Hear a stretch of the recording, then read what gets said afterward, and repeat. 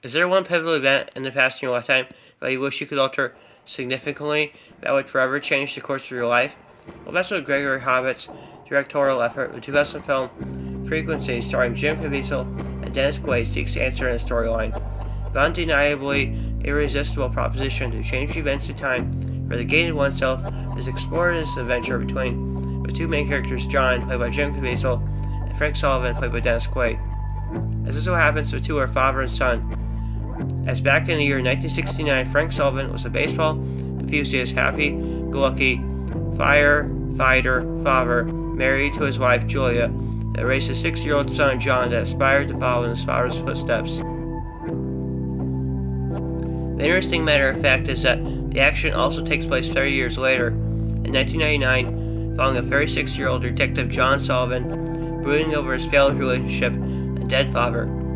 John at this point in his life is still great friends with his childhood buddy Gordo, and when Gordo's son discovers Frank Sullivan's old hand radio that was rare even back in 1969, John is taken aback to old times. On that fateful night, John tunes into the radio, and through the miracle of an atmospheric phenomenon involving string theory, he talks to his father Frank back in 1969. John learns that he has discovered his dead father on the airwaves and warns Frank of his impending death in a firefight. Frank, first taken aback, uses his knowledge delivered to him by his son to avoid death. The father and son do a bond over their victory and a chance to get to speak to each other, but when they learn that when they change the past to save Frank's life, they alter the course of events so that Frank's wife and John's mother, Julia, now has been murdered in the past along with a string of other girls.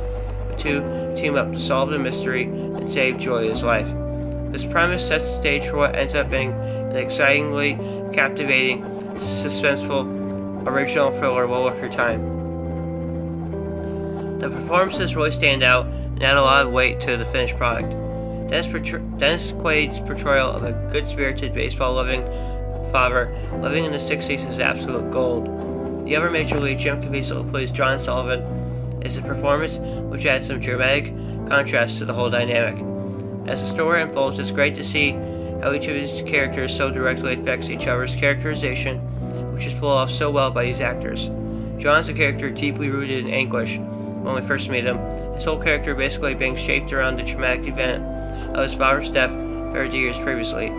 After Frank narrowly avoids his original death and grows accustomed to the fact that he is in contact with the future version of his son, we see Quaid effectively pull off a character who is on top of his world, only to lead to a dangerous pitfall later on.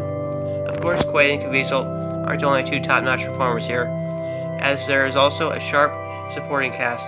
Noah Emmerich brings a familiar charm and likability to his role as Gordo, John's best friend, which helps to humanize and ground John's character in the present day of 1999.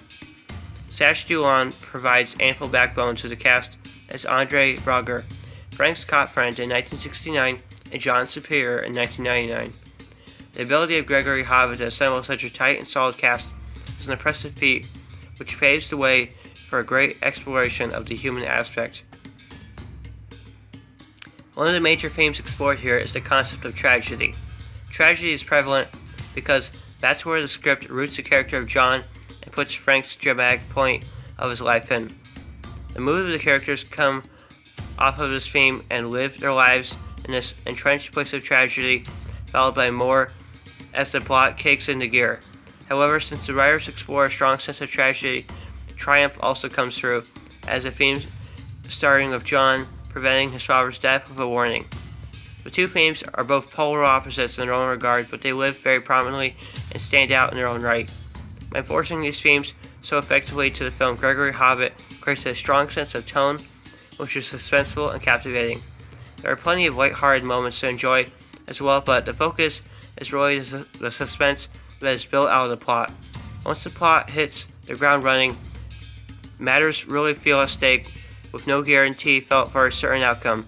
The inclusion of the sci-fi element here, with the string theory-related radio waves that will contact between John and Frank Sullivan, enables this fictional world to be shaped around one of mystery and intrigue. That is. Therefore, since Frequency consists of a plethora of great elements, the film offers a unique experience to the audience moviegoers don't always get. The chance to really invest in the characters is present as you follow the main characters who are at a place of dramatic self-reflection, really in their lives, thus in a state of chaos and a fused motivation due to the climatic landmark decisions they are forced to adhere to and immerse themselves in during the course of the action. The storyline does falter on a couple of points though, but none so big that the audience will see a convoluted mess before them. John's relationship in the beginning was over with his girlfriend, yet they didn't do much to develop her, especially when she lost all relevance in John's life after the timeline was altered. This brings up another weak point, that being an explanation for changing of time, which happened concurrently in 1969, could have been better explained in the movie. However, this adventure is still one that is a great delight, delivering a great suspenseful mystery, which I am assigning a score of 9 out of 10.